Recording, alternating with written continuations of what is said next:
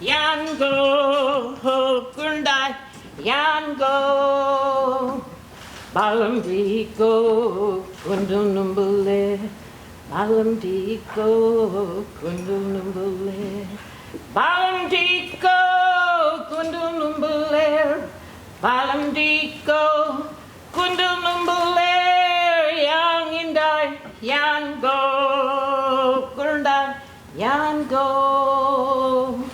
Balamdiko kundunumbule, Balamdiko kundunumbule.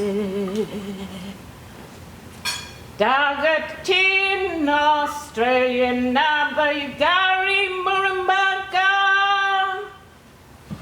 Yadeni Australia Boo. Bukairi Marumbam Nianjanu, that's welcome to Brisbane, in the language of the Turrbal people. My name is Maruchi Baramba, which means the black swan, from those people who sing up the wind. The painting on my face represents the black swan, and the painting on my back represents the black swan. My family are descended from a man named Daki Yaka. That name was anglicised back in the 1830s to the Duke of York. So when reading about Brisbane history, it would be more than likely you'd come across the notion of a Duke of York tribe. So I'm not trying to rub shoulders with, or distant shoulders with royalty. There is such a notion as the Duke of York tribe, and that was also referred to as the Old Brisbane tribe, according to Tom Petrie, of the founding family of modern-day Brisbane. He had said that the Old Brisbane tribe were actually the Turrbal tribe, and our ancestral homelands went from the Logan River in the south up as far as Olimba Creek and inland as far as Moggle. In there you've got about 5 different clan groups. You have the Daki Yaka clan, or the Duke of York clan, whose area of cultural responsibility was between the Brisbane River and the Pine River. The Coorparoo clan, whose area of cultural responsibility was between the Brisbane River and the Logan River. To the north of the Daki Yaka clan, you had the Ningi clan, and their area of cultural responsibility went from approximately around Limber Creek. In the book it says the 27th latitude, but I'm sure blackfellas never knew what the 27th latitude was. So approximately Limber Creek, and it came down as far as the Pine River, took in most of the eastern side of Caboolture, and as well as the Redcliffe Peninsula. To the west of the Coorparoo, you had the Chipara, whose area of cultural responsibility was the catchment of the, John Oxley Creek, or the Oxley Creek, that's right. And you had the Chipara who went, the Mulruben, the southern part of Moreton Bay. So that's just a little bit about where our ancestral homelands go. The Turrbal were actually documented as being extinct or on the verge of extinction back in the early 1860s, and it's just been one small family that has survived the impact of European settlement upon our ancestral homelands. But in saying that, we acknowledge we are a part of a much larger group, which takes in approximate geographics of being south of the Tropic of Capricorn, east of the Great Divide, and north of the Macpherson Ranges. You've got about 11 different tribes within those geographic areas, and we all are a part of the one big ancient society. So just a little peep through the window of history. Today, me myself, I'm actually from a big Aboriginal community up near Kingaroy. In historical times, most of the not most, in Queensland, all of the Aboriginals were rounded up, put on reserves or church missions, and it was a part of the protectionist policy of the day, and but that later became a part of what they called Aborigines preservation and protection policy. So my having been born on one of those communities, my exposure to Aboriginal culture from a very early age, I mean, the Queensland government did certain things which helped us keep our culture. They helped us preserve some of our traditions. In fact, we had actually, as a child, I remember, and I wasn't born, I'm going to give my age away now. I'm born in the mid-1950s, so I'm a rock and roll baby, but we did have a boomerang factory. We were making Aboriginal artefacts. And whenever the Queensland governments wanted an expose of Aboriginal culture, they normally got their Aboriginal dancers and singers from my community in Cherbourg. In fact, even when they had Captain Cook's celebrations for the 150th back in 1920, they also got their dancers from Cherbourg. So those dancers went all the way down to Sydney to give a corroboree or whatever. So, and one of them would have been my grandfather, who was a songman. So that's a little bit about that. And with regard to probably relating a little bit to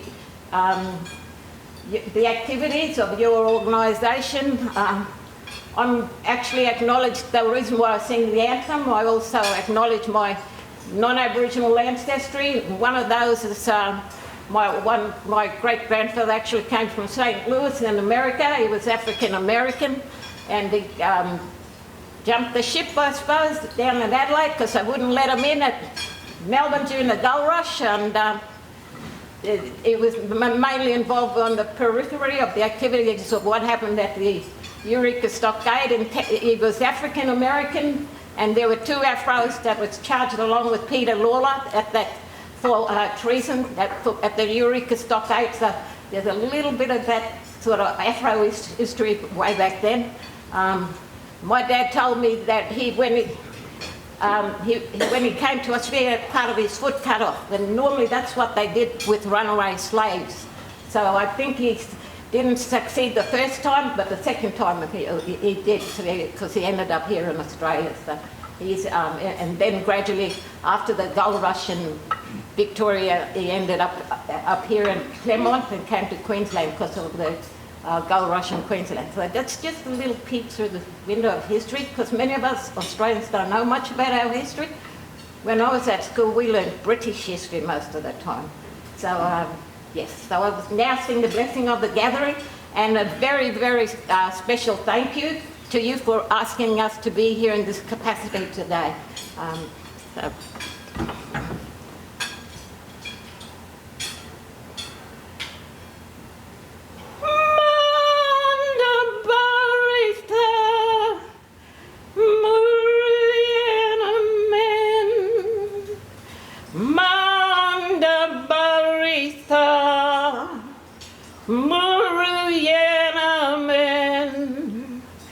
Manda Baritha Murian Men Manda Baritha Murian Men Bissal Gariatai Gavai Gari Buja Manda Baritha Murian Men Manda Baritha Murian Men Lord of Fire Ninyunganala Manda Baritha Murian Men Manda Baritha Murian Men Manda Baritha Murian Men Manda Baritha Murian Men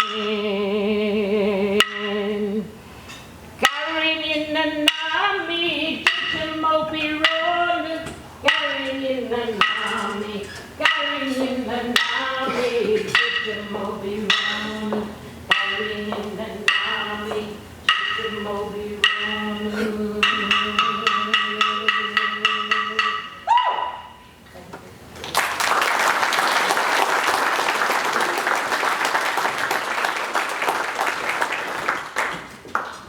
Thank you, Marucci. I hope you feel welcome to this country. And just to clarify something that Marucci said, there's nothing wrong with being born in the 50s.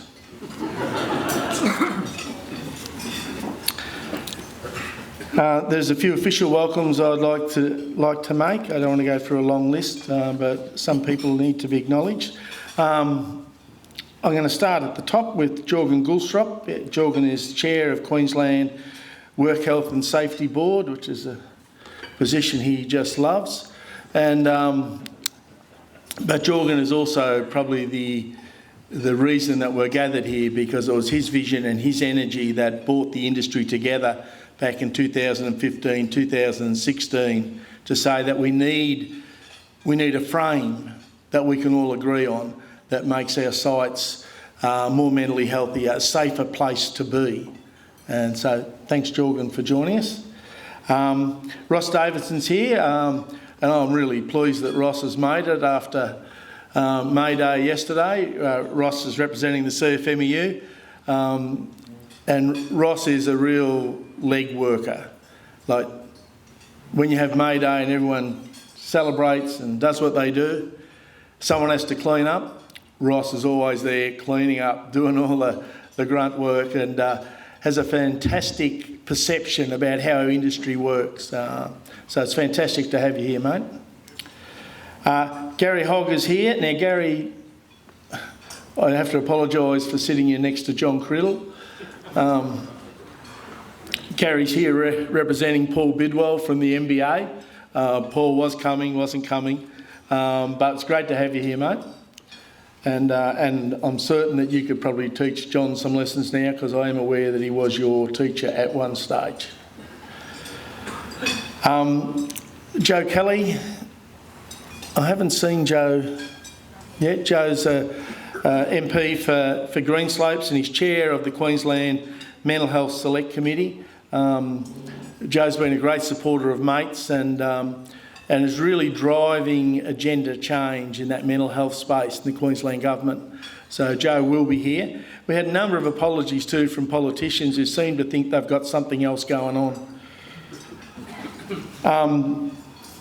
Welcome also, one of our great supporters is Brett Shimming from Construction Skills Queensland, and Brett has always backed initiatives that have far reach, and CSQ have been great supporters of this initiative. It's fantastic testimony that we've got people from Western Australia, a table over here, who are actually remarkably quiet for West Australians. Was it too early?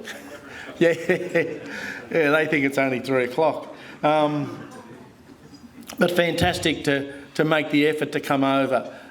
This initiative is a national initiative, and it is making significant difference across the country. And we're still in the pioneering stages of it. So thank you for that. We also have Karen from South Australia. We've got Brad and Kate from New South Wales. So it's great to have lots of people here from a wide range of geographies, but also from a wide range of companies and positions. I saw Peter Wood here from HIA and Villa World being great supporters, now Avid.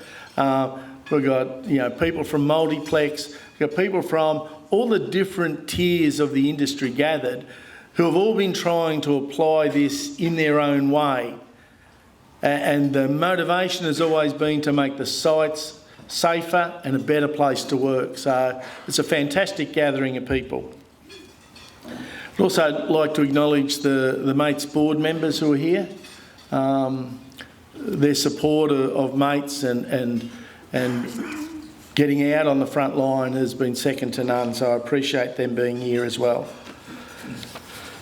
We've got a reasonably simple agenda to go through. I do need to mention the stall holders. So the people who are here on the stall, so you get Bert and Converge and Harness you've got Beyond Blue. I can't quite read that last one from here. But these are people who are supporting the rollout of the blueprint as a service to those companies. So please go over and visit them and talk to them, because they've got services that can help make your workplace a safer place to be. There's a history that runs with this, and we've just been through the piloting phase. So to understand the history helps us understand where we've come from. It also positions us for where we're going to. And just like Marucci told us about the history of the land that we're gathered on here, understanding the history of the blueprint is important. Even to understand the history of the Greek club. I was thinking last time I was here was for a Greek wedding, and we smashed plates. There's something very cathartic about smashing plates.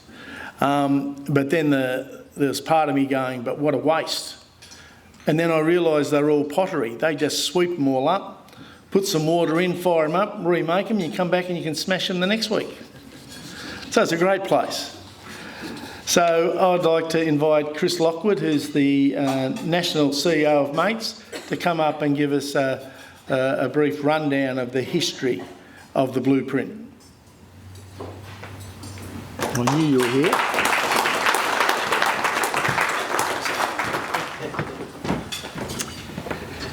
Thanks very much for that, John. And sensational to see so many people turning out this morning, and obviously have been challenging times. I come from Victoria myself, so please forgive me.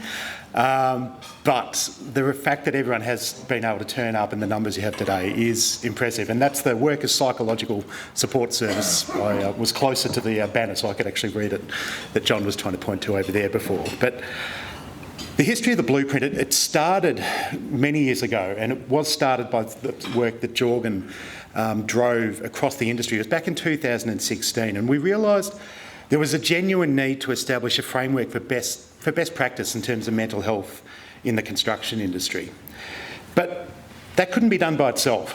We had to partner with the industry as a whole. We had to make sure that partners like Beyond Blue, that had experience in terms of driving these sorts of initiatives forward, were on board, and specifically to make sure we had an evidentiary basis, that we're basing what we were doing in fact, in evidence.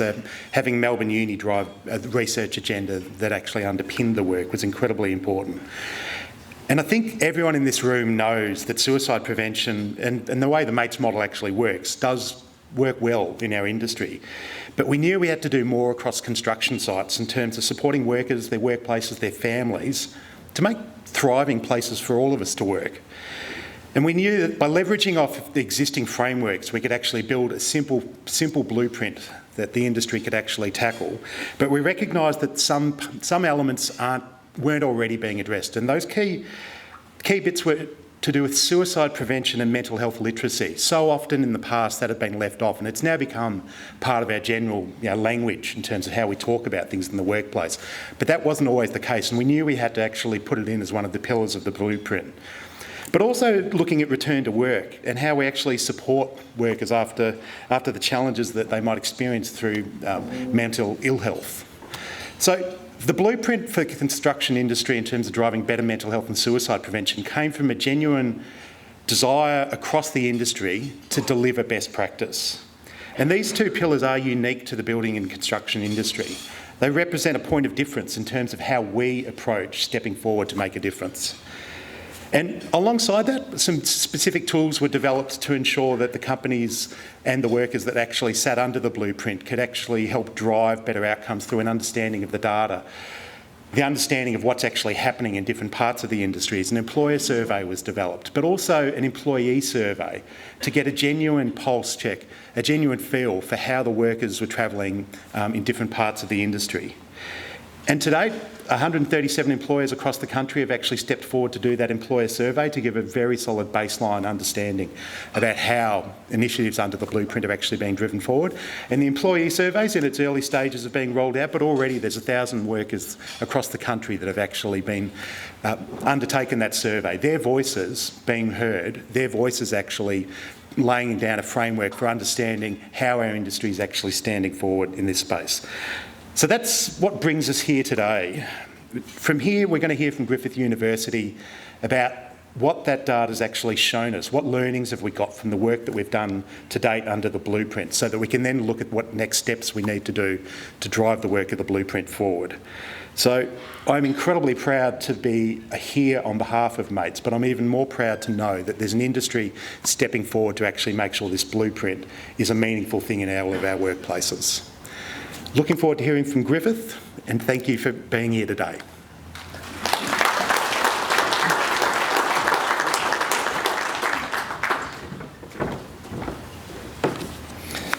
And apologies, Chris, for not acknowledging that you came from Victoria at the start.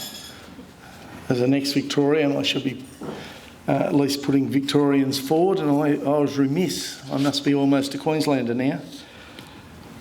Industry trends are really important, and sometimes what we tend to do is we do what feels good without actually having the evidence that it works. We do that with celebrities all the time, don't we? We get celebrities around the mental health in particular who have a story, they tell their story. We don't ever check whether it's their story has an impact or whether it does more harm than good. And at Mates, we've been really committed to an evidence-based approach from the very beginning. It's one of the things that sets us apart a little bit. And the next two ladies, Dr. Rebecca Loudon and Dr. Amanda Biggs, are from the Centre for Work Organisation and Wellbeing at Griffith University, and they're the ones who have been crunching the data as it comes in from workers and from companies, and are giving us a look at what does the evidence say. So if I could invite these two ladies to come forward, much appreciated. Let's give them a warm round of applause.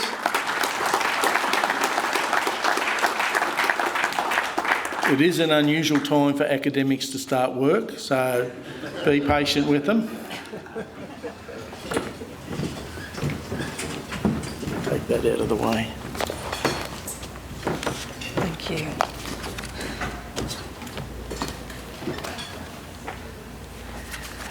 Good morning. My name's Rebecca Loudon, and my co-presenter, Dr. Amanda Biggs. We both have a long history working in health in different ways, and we complement each other beautifully when it comes to doing the work that we do with Mates. I am an expert in workplace health and safety, and I have a long history of working in the area of health with my origins in psychology, and I have a long history working in construction. Dr. Amanda Biggs is, as a psychologist, a registered psychologist, she has a long history working in occupational mental health. Amanda, importantly, is an expert in statistics and particularly reading graphs in ways that I will never understand. So you're in for a real treat today when Amanda speaks, and I'm very pleased that she was able to get up at this incredibly early hour to help me out here, particularly given I'm not all that able-bodied at the moment. You have a handout there, which I have to say looks incredible, that you can refer to today. It's pretty heavy going in parts. I'm sure you would understand that academics can write a long report about anything, a shopping list, anything you want, and we've done a little bit of that today. So if that's not your thing, please just put it aside and let us bring the material to light for you today. You can refer back to it later, or you can make contact with us to come and talk to you at your workplace about any of the findings that are in that handout or that we talk about today. We're very happy to do that. Our contact details are on the last slide. But also you can follow that through today if that's of interest to you. We'll largely follow what we've covered in that handout. Looking at a presentation plan for today, as Chris said, we're going to cover the two main surveys that Mates uses to draw information about mental health and suicide prevention in your industry. We're going to present key trends today. Amanda's going to talk about the first survey, the Blueprint survey. That survey is completed by professionals working in the industry in various management roles. It's an audit-type tool that draws information about key indicators of mental health and suicide prevention at the site or the organisation level, and that's important to remember. And we use that survey to look at how completing organisations are performing relative to other companies who have endorsed the Blueprint.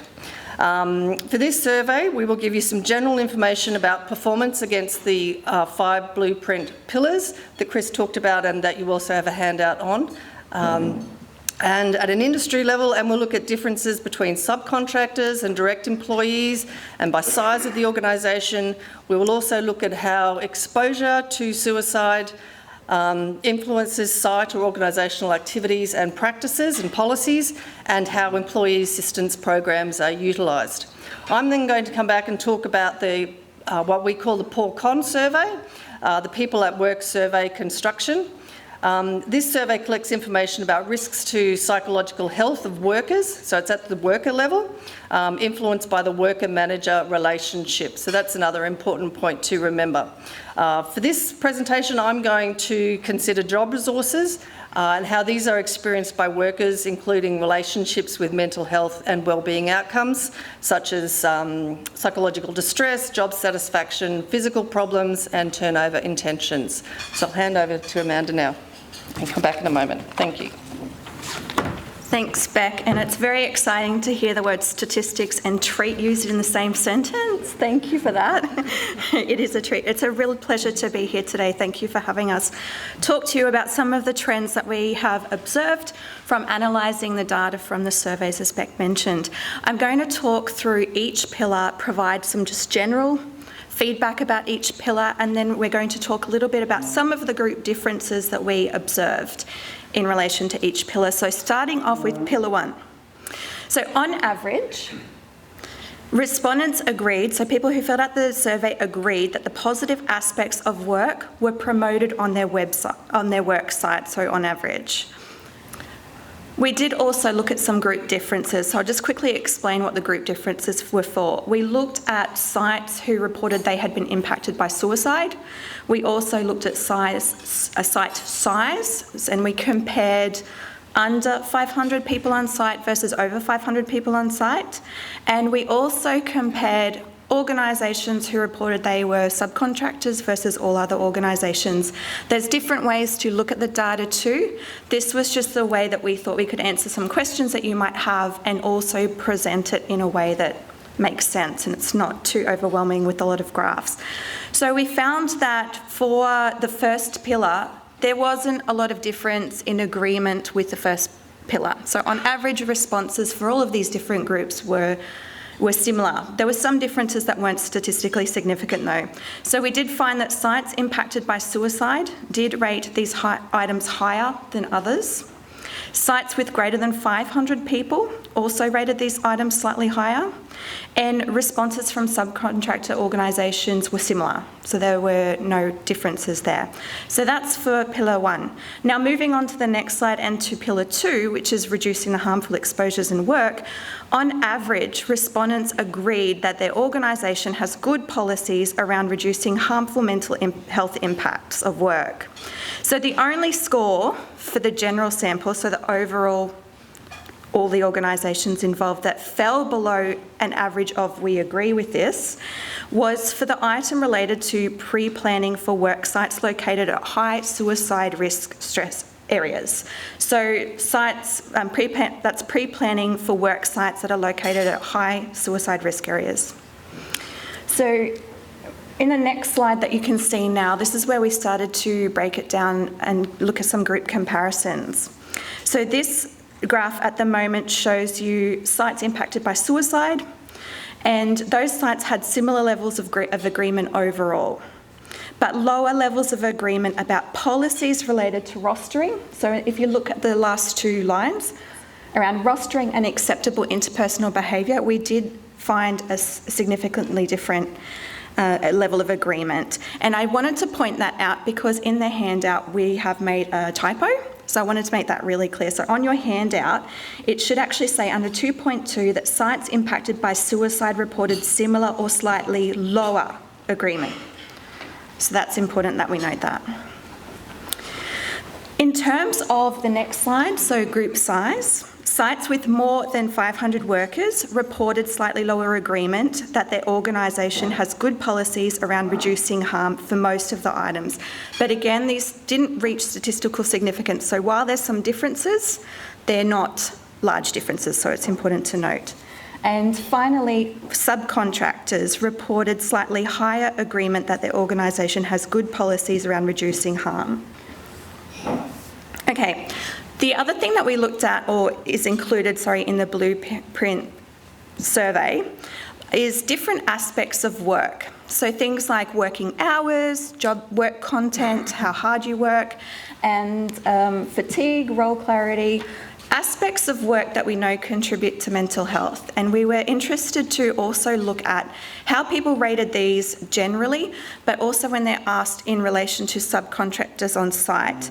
So the question was, respondents were also asked to rate their agreement about whether they require subcontractors to also have good policies relating to these 7 key aspects of work. And we did find in the data that there was slightly less agreement that these policies exist on site for subcontractors. So that's probably one of the biggest significant differences we found looking at trends from the Blueprint survey. Okay, so moving on to Pillar 3. So on average, respondents agreed their organisation provides mental health and suicide prevention awareness information to their workers, provide peer-based support systems, diversity policies and industry peers speaking out to reduce stigma related to mental health and suicide. Average scores were lower for items about the provision of mental health awareness modules during inductions and mental health and suicide prevention training and support for supervisors and managers. So that's where we found slightly lower average scores for this pillar. So looking at sites impacted by suicide on the next slide, please. These are where we looked at some of the key differences between those groups that I mentioned. So in terms of sites impacted by suicide and sites with greater than 500 workers, there were higher scores across each of the 9 items addressing this pillar, and some of these were significant. So as an example, larger sites with more employees working on site reported higher agreement about their organisation having diversity policies that encourage acceptance of all employees. Subcontracting organisations reported similar or slightly higher scores across each of the 9 items addressing this pillar. So as an example, subcontractors reported significantly higher agreement that their supervisors receive face-to-face mental health and suicide literacy training. And these were statistically significant, so slightly larger effects than the previous pillars that I mentioned. In terms of Pillar 4, so the average score for these items fell between a 3 and a 4, and that suggests a moderate level of agreement that organisations provide early intervention and treatment for mental health and suicidality. And one of the lowest levels of agreement for this particular pillar occurred for the items about managers receiving sufficient training. So that's a trend that popped up across a couple of pillars. So in the comparison on the next slide, we see that sites impacted by suicide and sites with greater than 500 workers reported higher levels of agreement across each item of the pillar, and many of these differences were significant. So as an example, sites impacted by suicide rated significantly higher agreement that our organisation promotes the range of internal mental health supports available to staff and provides access to EAPs. And finally, for subcontractors, the differences were almost all non-significant, so that while there were slight differences, they weren't significantly different overall. Finally, Pillar 5. So on average, respondents agreed their organisation provides supportive return to work policies and practices. Interestingly, the lowest level of agreement for this pillar related to the item about return to work plans for staff who had experienced mental health challenges. And looking at a comparison of the groups on the next slide, sites impacted by suicide and sites with greater than 500 employees reported slightly higher scores across each of the items, and these were significantly different for size of the organisation. For subcontractors, there were no significant differences for this pillar.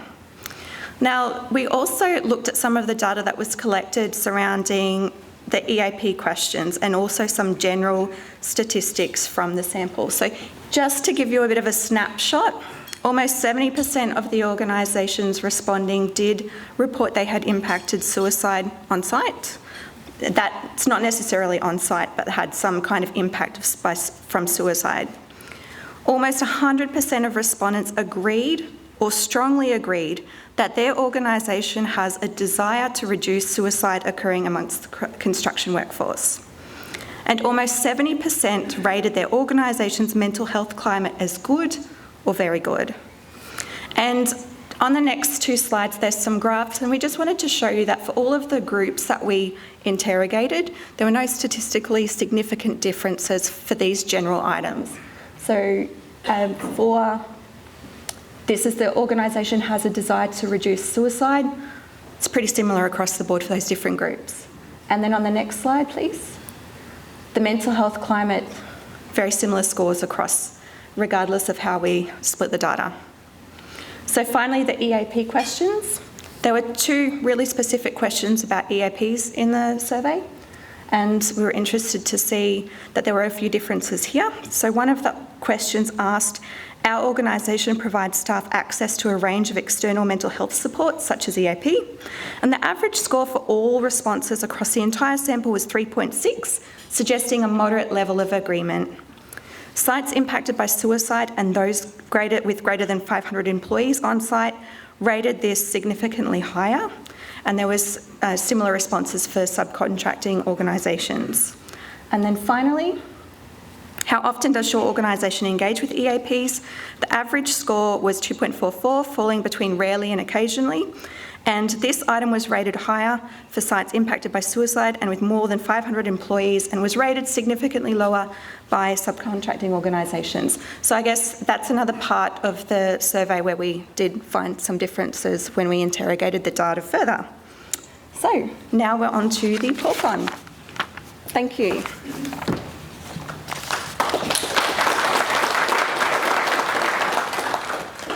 I've got my phone because, like I can, as I said, I can write we can write a lengthy report about anything. I can also talk forever. So I'm keeping my phone there to keep me to the time. Moving on now to the Pour-Con survey. This survey is a building and construction, as Chris said, industry-specific version of the People at Work survey, if you might have come across that. So the People at Work survey is based on decades of research highlighting the factors that influence workers' psychological health and safety, and it draws on some of the most well-established theories of health available. Its development has been ongoing since 2007, involving 3 universities and every state and territory regulator in Australia and some other agencies such as Beyond Blue. So we started working with Mates about 3 years ago to translate that survey into one that was very specific to your working context and the language that you use in your industry.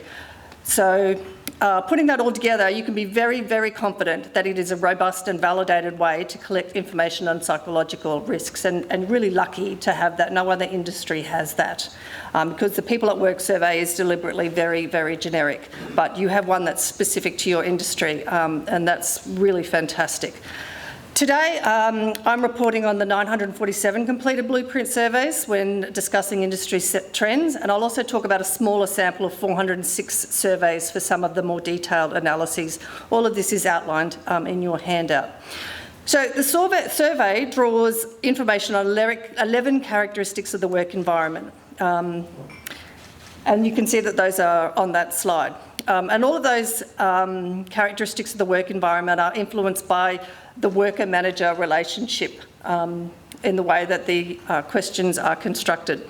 So there are 5 job demands and 6 job resources that all have the potential to cause psychological harm to workers.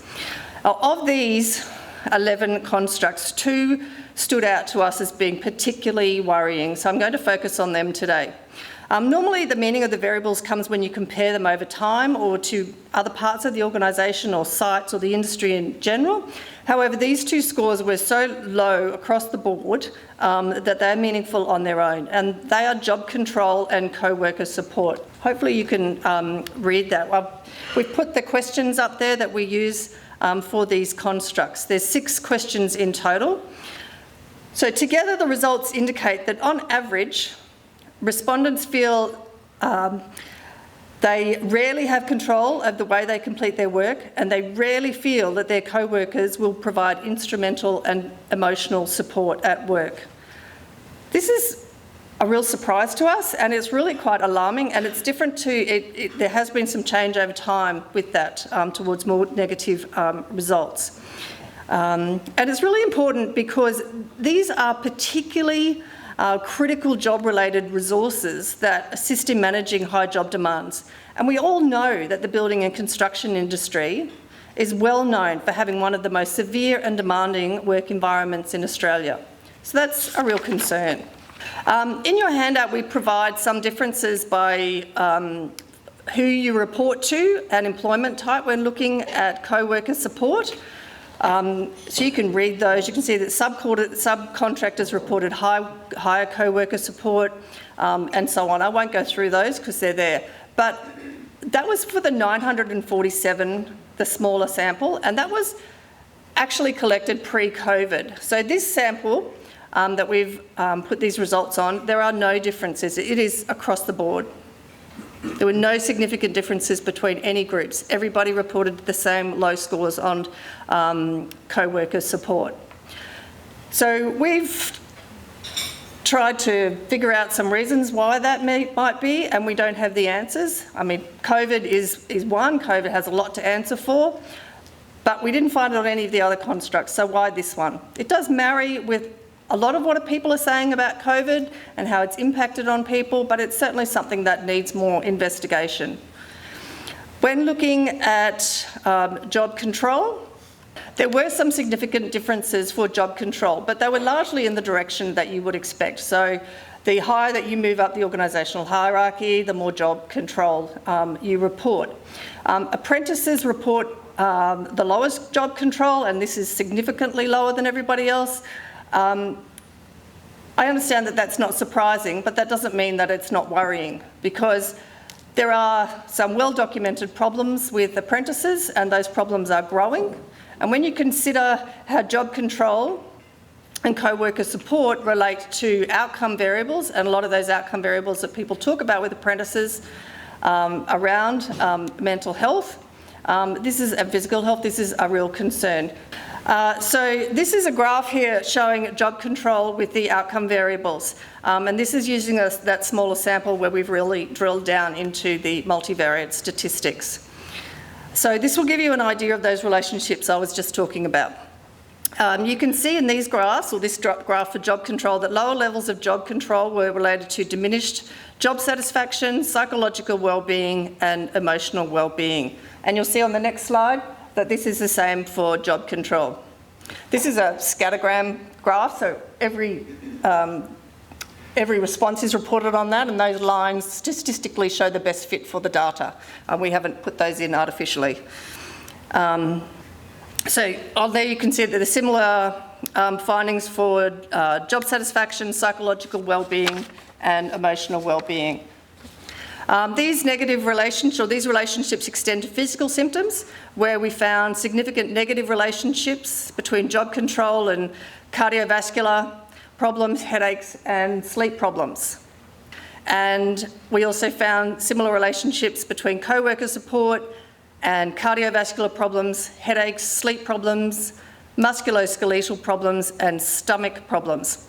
I will say that some of these relationships failed to reach significance once we added in some statistical controls around negative affectivity, but we've kept them in these graphs because we wanted to show you the trends. The relationships that remained, I mean, the trends are certainly there, and the significant relationships that remained are in your handout that we have given you. So I think, yes, I've gone a little bit over time, and I think we've really crammed in just about as much as we can into 20 minutes without making your brains explode. So I might just end there by saying thank you, and these are our contact details if you'd like to talk about anything that we've mentioned here today in more detail, or you'd like us to come and talk to your workplace about any of these findings. Thank you, everyone.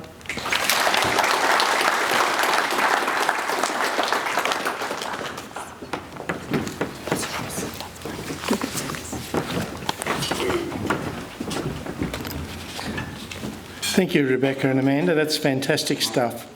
And remember that that data comes with the surveys go out at the start of the process. So when you want to be a Blueprint partner or Blueprint pioneer, as I call them, it means that you're opening your workplace up to go, you tell me what's really happening here. There's a lot of companies don't have the courage to do that because they're frightened what would be found there. You're sitting here because you had the courage to say, I want my workers and I want the people here to tell me honestly what's going on here. So it's fantastic stuff. And then the idea of the blueprint is that you then work on that to go, well, if this is our baseline, how do we get better? How do we explain some of these things that are going on? So thank you for agreeing to be part of that, and it's fantastic to have partners like Griffiths University that can take that and make some sense of it, to crunch those numbers. Because remember what the goal is. The goal is to make our industry a safer place to work. Not just for us, many of us will be gone, but for our children and their children. So we're at the very start of what I think is a significant cultural change, but it's going to take hard work, and it is going to take people willing to step up and go, okay, I'm prepared to have a go. And the people who are prepared to have a go are in this room, which is fantastic. So congratulations. We're going to have a look at some examples of blueprint engagement, and we're going to do that via video. So if we want to let that run, Damo.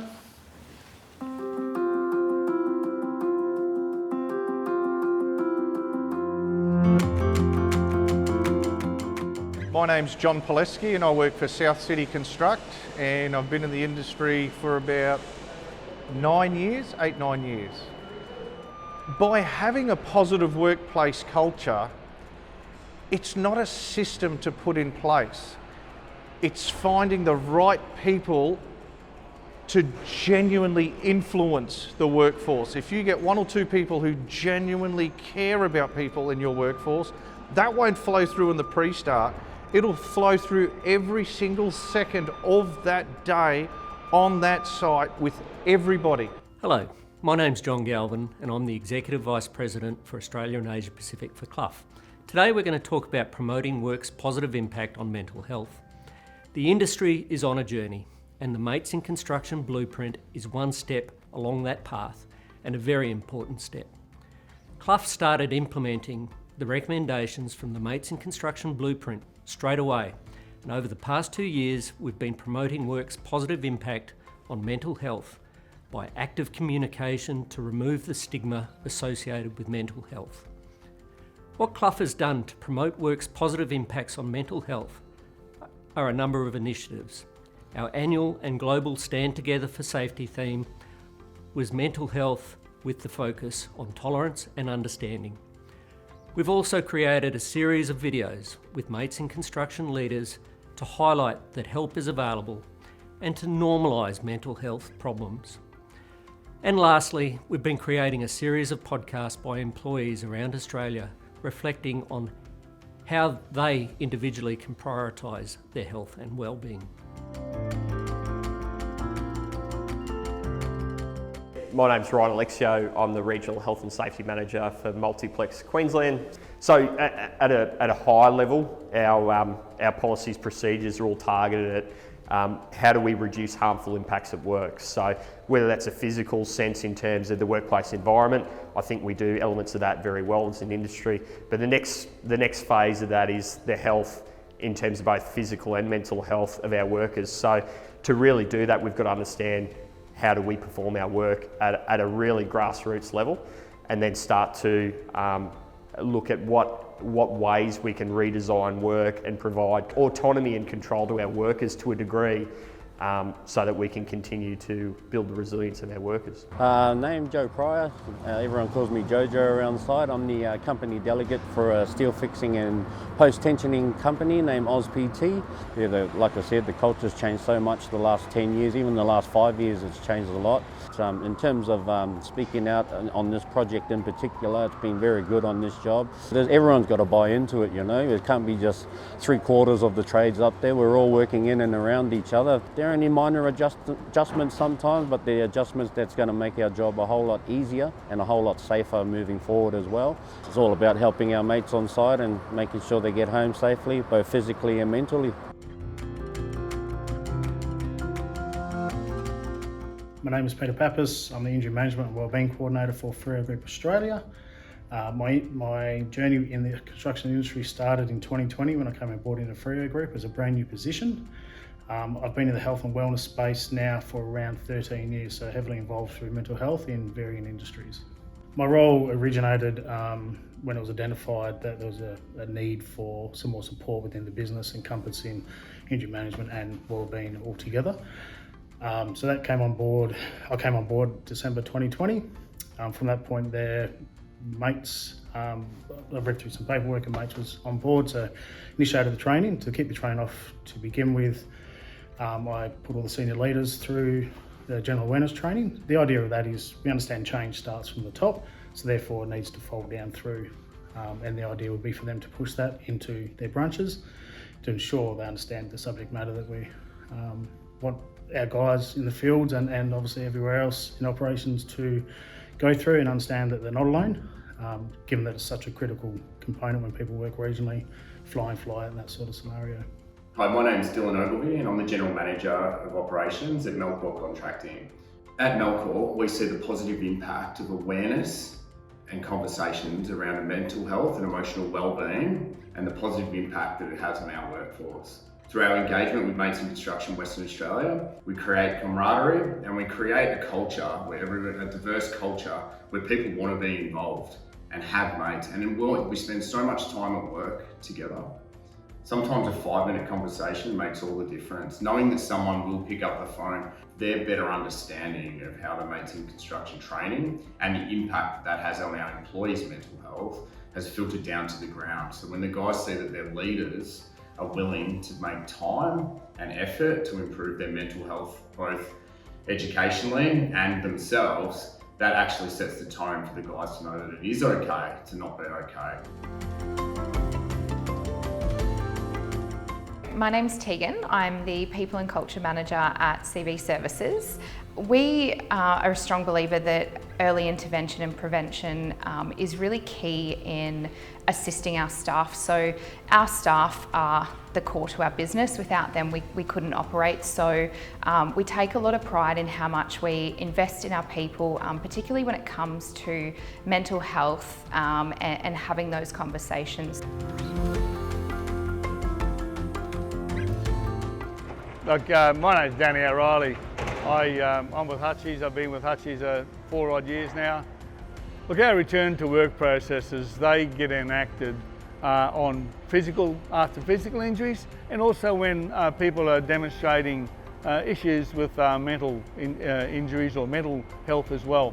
And therefore we look for the people who may be able to best connect with our injured party. And that might be myself, it might be their supervisor, it might be a part of one of their work crew. That process needs to be flexible and dynamic to suit the individual and their requirements.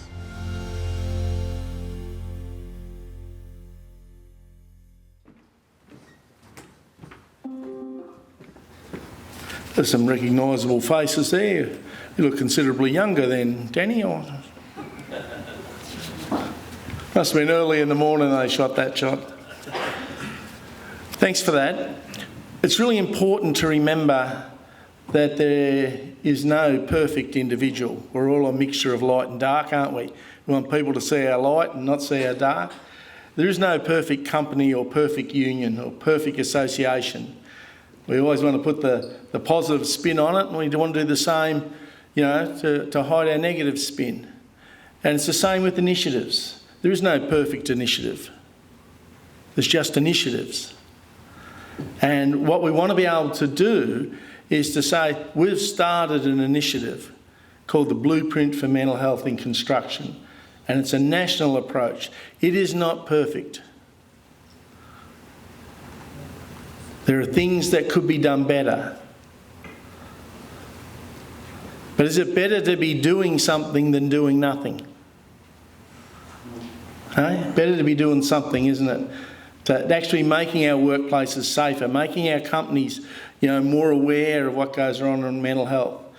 And we're setting up for the generation that's coming.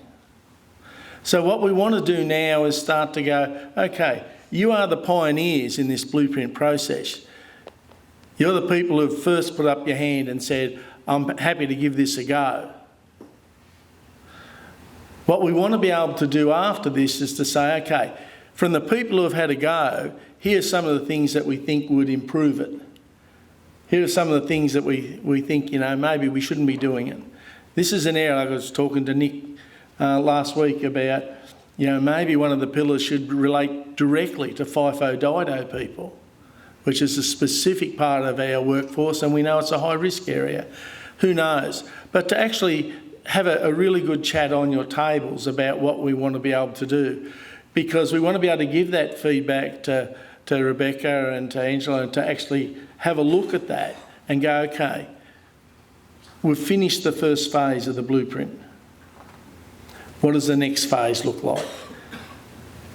And hopefully in 10 years we can have a breakfast, maybe a lunch would suit some people better, and we can say, look where we've come from. Look what we have done collaboratively together.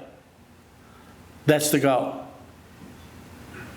That the industry is better because we stood up and did something. So on each of your tables there should be a mates facilitator. I need to also say there's no perfect mates facilitator. For some of them this will be their first time facilitating. And the questions that we want to do are on the back of this sheet. So it's just an open discussion. They'll take some notes. The notes will go to Rebecca and to Angela. And we do need a spokesperson, preferably not the mates spokesperson, from each table to tell us one thing that came out that was significant for you. So we'll give you 10 minutes, 15, go for it.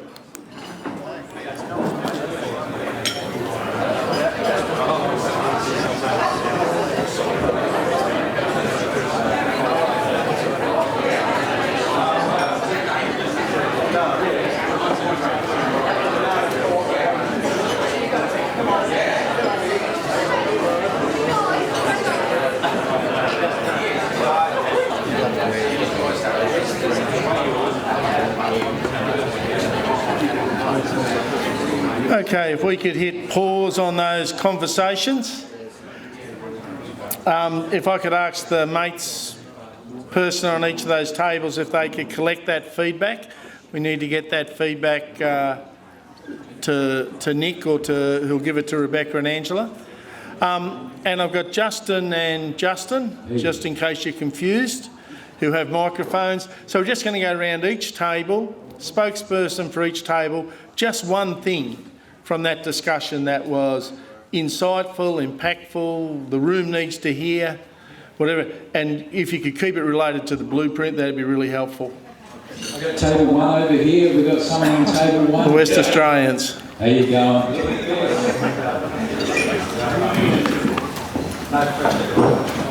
Yeah, thank you.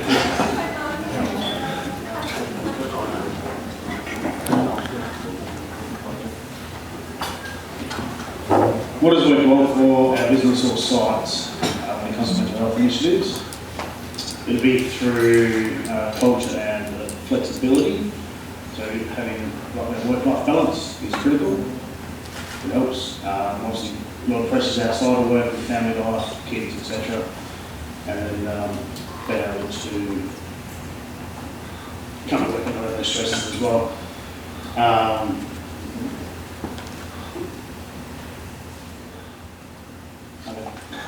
No, that's good. Excellent. Who's in favour of a better work-life balance and coming to work, forgetting the pressures at home? Does there anyone have pressures at home? Just checking. Okay, next group. I'm coming from the other side of the room. I'm going straight to table 6. Table 6, we'd like to take them on. Thank you very much, Mark. Thank you. It was really the last question around, do we endorse the blueprint going forward? And absolutely we do. but it does need to come with evolution and development as well. As we were talking about earlier, it's a journey and we're onto it, but we need to keep moving forward and keep putting additional effort in to make sure it develops and improves continuously. Thanks, Mark. Okay, table. Moving over to table 3, the grey table over there. Come on. What fleshed this out was the first question that what does work well for your business on site? I think it's once we started educating the workers, that's when I feel like it became a level playing field. It normalised the conversation, and yeah, that for us was a big standout. We need more of the workers educated, and I think that's going to be the change agent program. Good on you. Thank you. Over this side. So at table 4, where's the spokesman at table 4? There's a lot of finger pointing going on here, but I need someone to take the mic and not finger point. Yeah, we just talked about including a lot of the blueprint stuff with the inductions and yeah, just make it forefront of new starters that they're aware there's a program in place and what it is and how to access it. So we make sure it's included in all our inductions and toolbox and stuff like that. Thank you, Andrew. Guys, over here on the perfect table number 10, who will be grabbing the microphone? Thanks, Justin. We spoke about what has worked well for your business when it comes to the blueprint.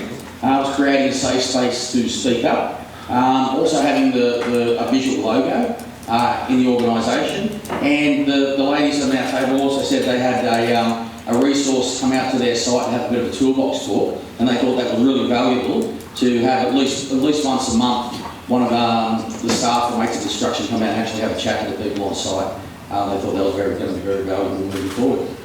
Thank you, Mark. Right, we're going over to table 4 now. This should have no troubles getting somebody to talk up to the table.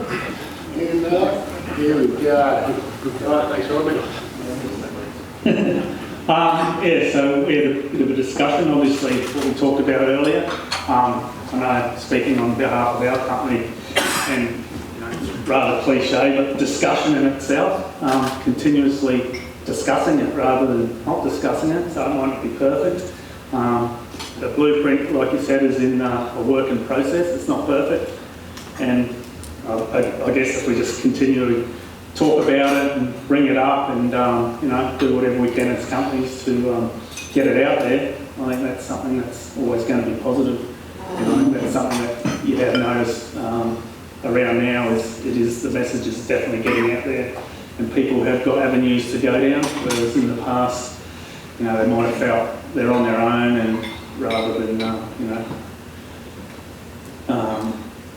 deal with it by themselves in that dark hole, they actually are able to find avenues to, you know, talk about it and find support throughout each different company and that. So yeah. Fantastic. Yeah. Not talking about stuff doesn't help much, does it? But singing does, John. So, do not. Hey, number 9, here we go, Scott. Thanks, Justin. We focused, one of the main points was around the positive outcomes that we've seen on site, and a bit of a culture shift is something that we've spoke about and noticed. So the conversations that weren't happening now seem to be happening, and I remember going back my time as a tradie that a lot of the conversations that we're having today weren't happening.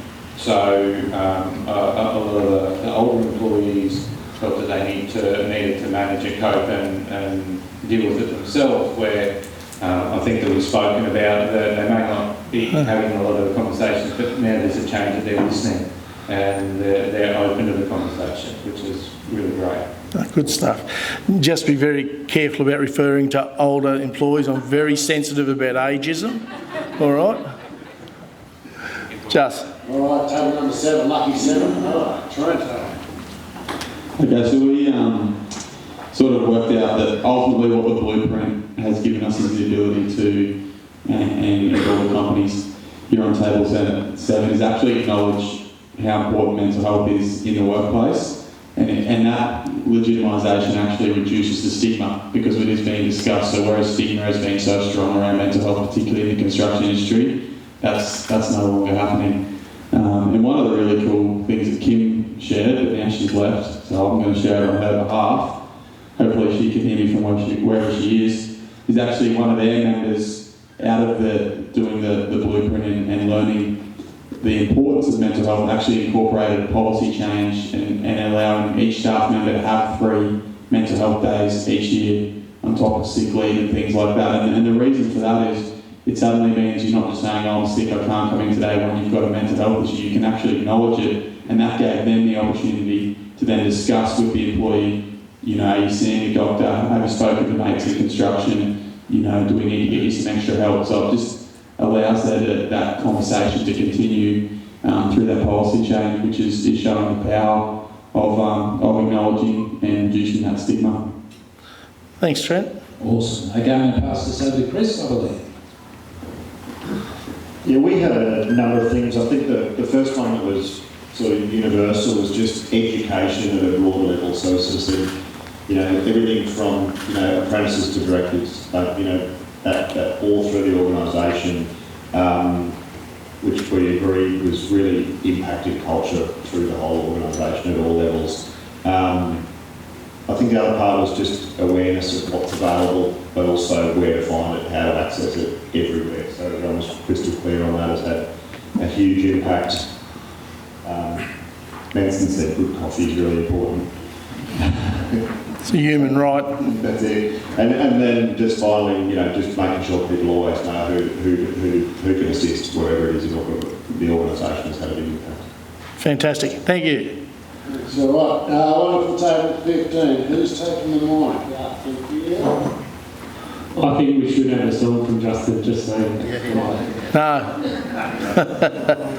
When we went through these questions, a common theme kept coming up, and it's a pretty broad statement, but it was just awareness and education created better outcomes. And that can be explored in a lot of different ways.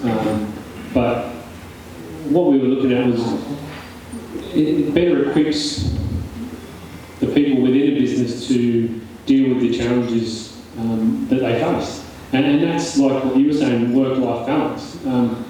I've had people do first aid courses, physical first aid courses, and be able to use those skills at home. Now, this is no different. So because we pick up these skills through the mates training and through things like this and the blueprint, we're better equipped all-round employees to be better employees, but be better people, which I think is obviously far more important.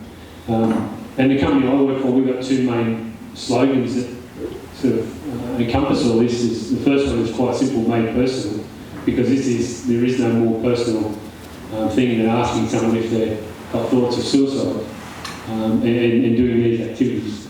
The second one is the more we contribute to your success, the more we contribute to our own. So, and I think that ties in with what this is about, the blueprint's about, and I agree, well, we all agree with you totally about doing something better than nothing. And if we, things can always change and evolve, but I wouldn't be too critical of that. You know, it's not where you start, it's where you finish. So that's sort of what we come up with. Excellent. We're over here, I think Justin wants to sing. No, you need to understand that for the mental health of all the people at Mates, he doesn't.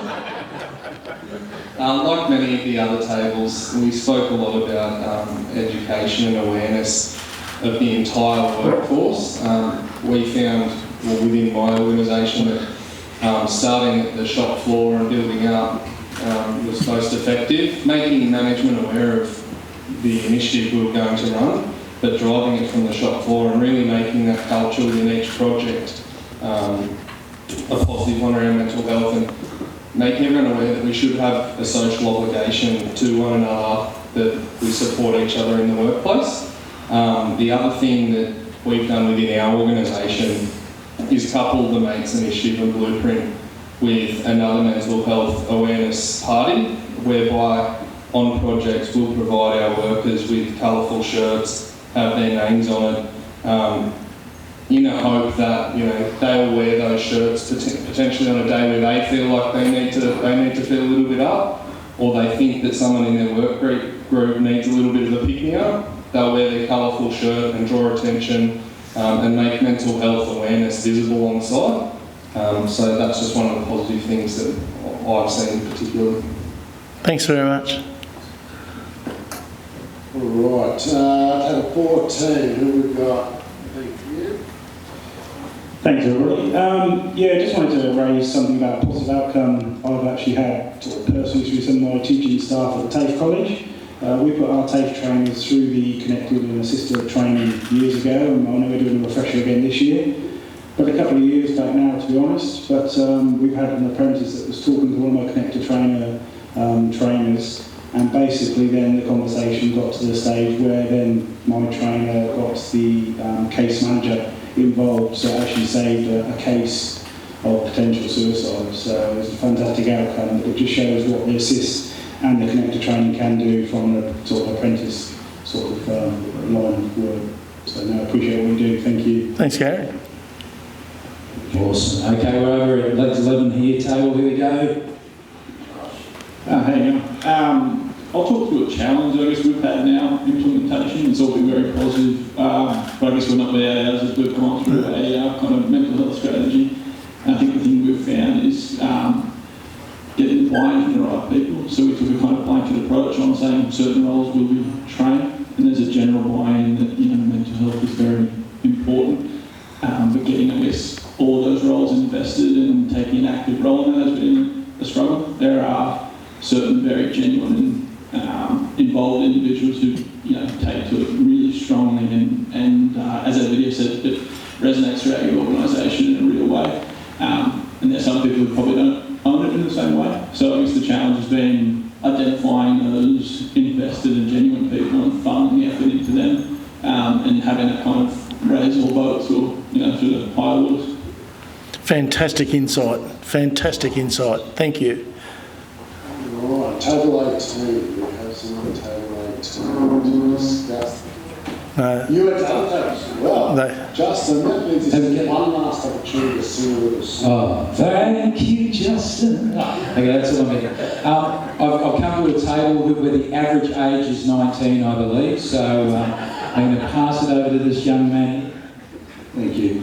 A little bit older than 19. Our table discussed living in today is stressful. So, the communication piece is really important. So I think most tables actually touched on that. And being able to provide those engagement opportunities where people can just talk and discuss what their issues may be. Our organisation ran our first session last week, and we did it deliberately in regards to keeping management out of it and just allowing the guys to talk through it. So it was an open mic, just to talk about what keeps them awake at night. From that, and from that discussion, it was at the end of it, it was like a sigh of relief, and they're looking forward to more opportunities to just communicate with each other and discuss what those issues may be. And really, that's what we discussed, and I think that's really important, just to communicate and talk to each other. And in lots of ways, that's what we want to do, isn't it? It's mental health's not a side issue; it's a fundamental issue. And when we can embed it into procurement, that's one of the really important parts of changing culture. So the fantastic comments, and thank you to whoever is watching that and saw that. That's us done. There's probably a couple of thank yous I need to make. Please make certain those feedback sheets end up with Nick over here, and we can give them on to Rebecca and Angela. Thank you all for attending, particularly those who have come such a long way for a breakfast, and for those who think that breakfast times like this are still really night time. Welcome to construction. Fantastic to have you here. Can I say thank you to the people of the Greek Club? Like a lot of industries, they've been hit with COVID, and so the restaurant manager is in here serving this morning, Alessandro, because their staff are really short. They've rung in this morning, so fantastic from the Greek Club.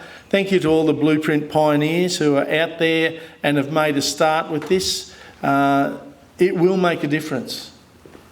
Cultural change takes a while. I think they say you need 12% of an industry to get that critical mass. So it takes you a long time to get 12%, but it takes you half of that time to get 90%. We're in that early 12% part. But we will look back and go, we were at that breakfast where we said, let's make this work. So thank you very much. Big thank you to Nick, who's done most of the legwork on pulling this together and coordinating with the states and different things. So thank you, Nick. To Aurora, to Michelle, and who did all the logistics about today, and to Mary with her. And to all you good people, I hope you have a safe week and you find a little space in the week to just go, I'm upright and breathing, and that's pretty good. If you want to stay around, network and talk, you're welcome. They've still got people who've got these fabulous stalls, and the Greek Club has fantastic coffee if you want to sit out and take in the sights of Musgrave Park. Thank you very much.